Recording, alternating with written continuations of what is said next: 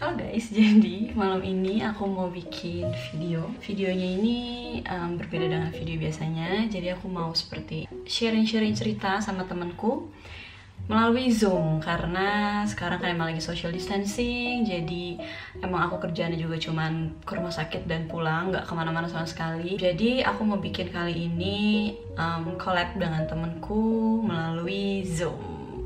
Dan nanti kita akan ngebahas tentang mungkin tentang COVID dan tentang APD dan lain sebagainya. Jadi kalau kalian penasaran untuk videoku kali ini, just keep on watching guys.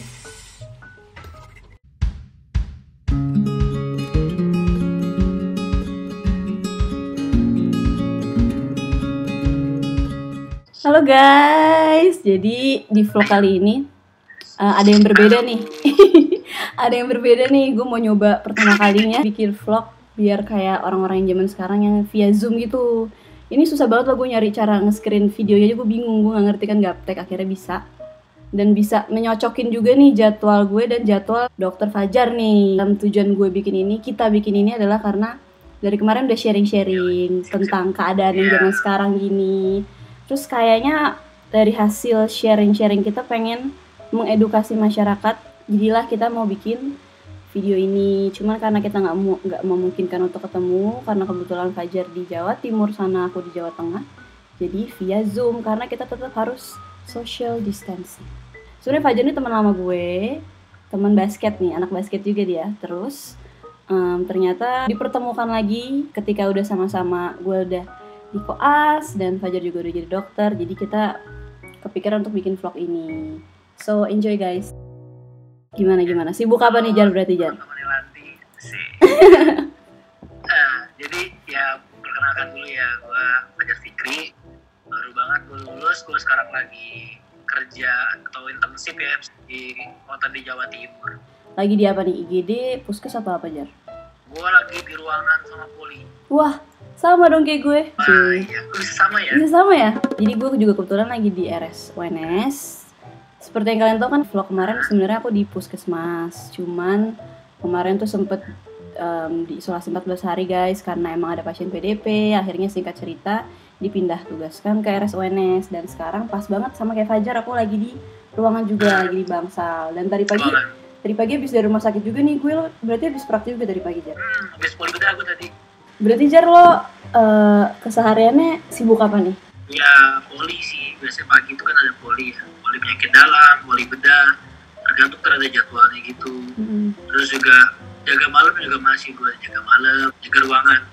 Ya begitulah, misalkan ada banyak pasien yang gawat, ya gue ikut turun sih biasanya. Ya lumayan sibuk sih, ya namanya kan juga masih baru lulus ya, masih banyak belajar. Tapi di sela-sela itu gue gak cepet juga sih buat, kebetulan gue memang lagi ada project juga sama teman-teman gue, kayak sumbangan-sumbangan gitu. Itu sebenarnya itu gerakan kecil sih awalnya sih, cuma spontanitas kita aja, teman-teman di angkatan kan ngeliat di lapangan nih kok udah mulai kekurangan alat pelindung diri nih. Jadi awalnya ingat kita yang cuma buat di Surabaya aja sih, cuman lama kelamaan itu bisa besar sampai kayak sekarang gitu, sampai udah mulai ke seluruh Indonesia gitu. Untuk ininya, sumbangan APD-nya itu. Berarti itu pelindung dirinya. APD-nya apa aja Jar? Semua APD ada ya tersedia ya? Jadi itu ya yang terutama tuh yang sekarang lagi langka ya, pasti lo kan tahu kan, masker ya kan, Ya. Masker bedah, masker N95 tuh, terus juga untuk kepala ya kan, sama baju astronot tuh yang ada viral tuh di supermarket. Bener, dipakai ke pasar swalayan gitu kan, padahal kita juga makanya di ruang isolasi kan, ruang khusus itu. Terus ada boot juga lah, hand sanitizer juga kita ada. Udah berapa banyak tuh yang udah dapat distribusi dari donasi kalian? Mulai hari ini tuh udah banyak banget, seratusan, hampir 200. Seratusan puskesmas sama rumah sakit se-Indonesia.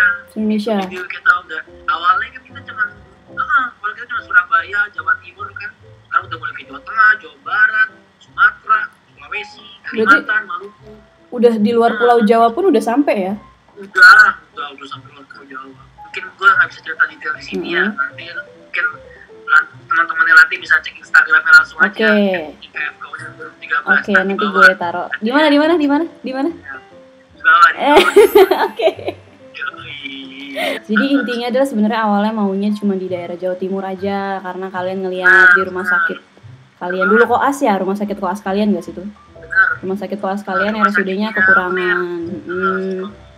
Tapi karena banyak dukungan dari segala pihak, jadinya makin besar, jadinya bisa sampai luar Pulau Jawa dan se-Indonesia. Alhamdulillah. Terus berarti kalian itu banyak orang baik ternyata. Alhamdulillah ya. Itu kalian isinya sama kayak lo semua ya, Jar? Dokter-dokter yang lagi praktek juga. Dokter semua lah. Jadi kita tapi udah bagi tugas-tugas lah ya. Kita bagi tugas bareng-bareng dan itu dokter semua. Dokter semua ya. Jadi mereka paginya itu ke puskesmas atau ke rumah sakit. Pulang dari itu kita packing bareng-bareng, kita kirimkan hari itu juga. Jadi semuanya Indonesia. Gila, jadi semuanya yang ngumpulin, mulai dari ngumpulin APD, nerima donasi, sampai packing dan distribusi, itu kalian semua ya? Dokter semua. Berarti udah berapa tuh donasi terakhir terkumpulnya? Alhamdulillah 700 juta yang masuk. 700 juta? Betul. Wow. Itu lo udah bisa beli mobil itu. Kacau. Itu berapa lama, Jar? Mulai dari kapan? 2 minggu. Mulai tanggal 18. Itu kita beli masker yang 95 tuh ya, dengan harga yang tinggi banget. Itu kita beli itu. Yang penting APD buat tenaga medis terpenuhi. Yoi, bener banget. Kita kayak gitu. Makanya jangan dihabisin APD yang sebenarnya dibutuhkan untuk tenaga medis itu, jangan dipakai. Kayak kemarin kan baru keluar gak sih, Jar, yang pengumuman bahwa kalau misalnya orang-orang awam misalnya mau keluar, pakainya masker yang kain aja, nggak butuh N95 ya, Jar ya. Karena yang emang paling butuh N95 itu adalah tenaga medis, guys. Sama ini loh, Jar, kan banyak tuh yang kayak ke supermarket pakai handscoon lah, pakai hazmat. Terus sebenarnya banyak yang nanya gue juga, itu perlu gak sih, Kak, gitu loh. Sebenarnya itu efektif atau enggak? Kita kalau misalkan tenaga medis gitu ketawa sama saya jelas-jelas ya, itu tuh khusus buat tenaga medis gitu. Ketawa tapi sambil ya, menangis. Ketawa sambil menangis gitu kan. Ya sedih juga sih lihat orang-orang tuh pakai alat-alat medis.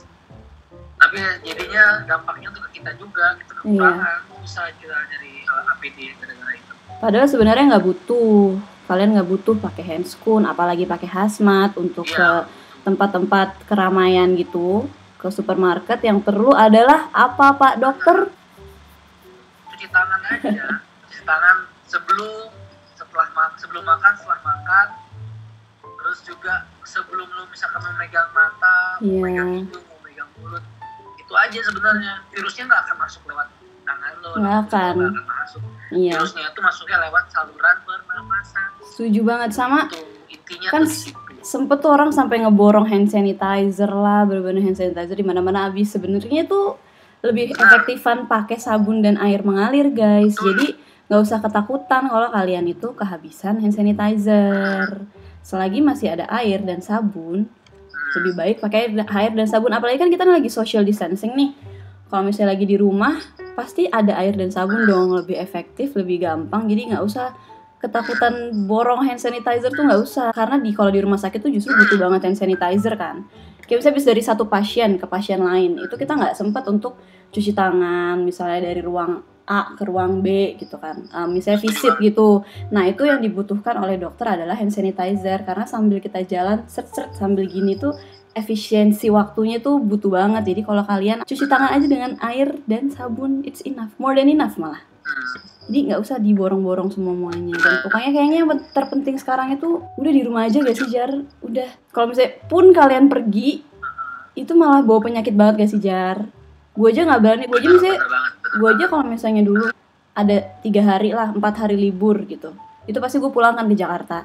Cuman ini kayak dari kemarin, sekalinya bisa ada kesempatan pulang, gue nggak mau pulang karena gue takut malah nularin ke keluarga gue, ke keponakan gue. Ya emang gue sehat, gue nggak ada gejala apa-apa, tapi kan kita nggak tahu kalau ternyata gue carrier.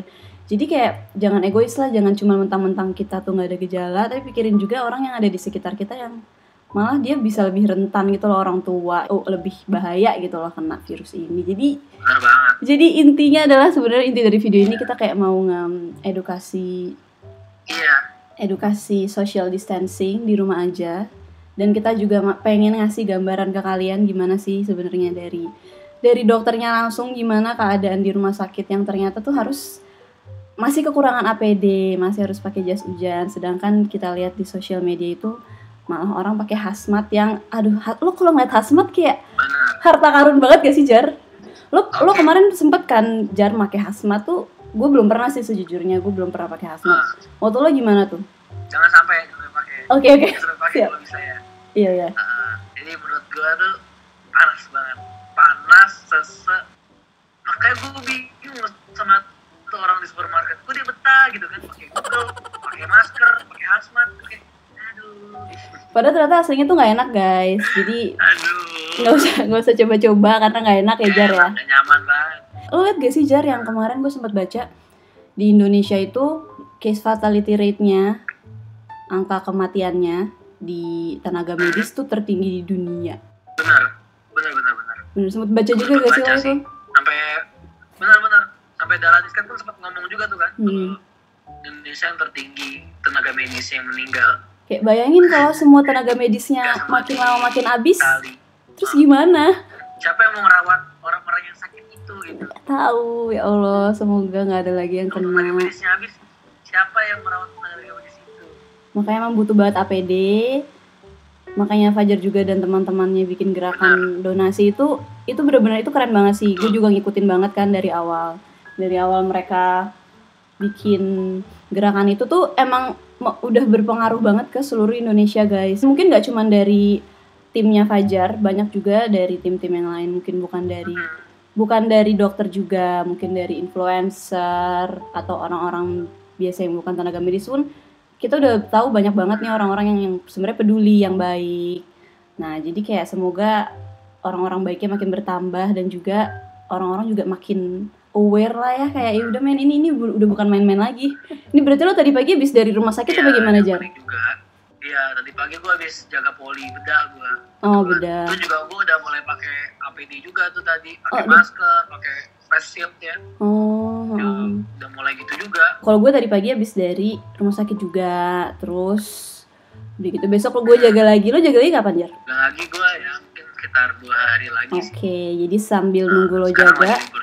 Jadi di sela-sela lo jaga, waktu kosongnya lo bikin untuk mengerahkan tenaga lo buat untuk itu, menyediakan APD, packing ya gitu.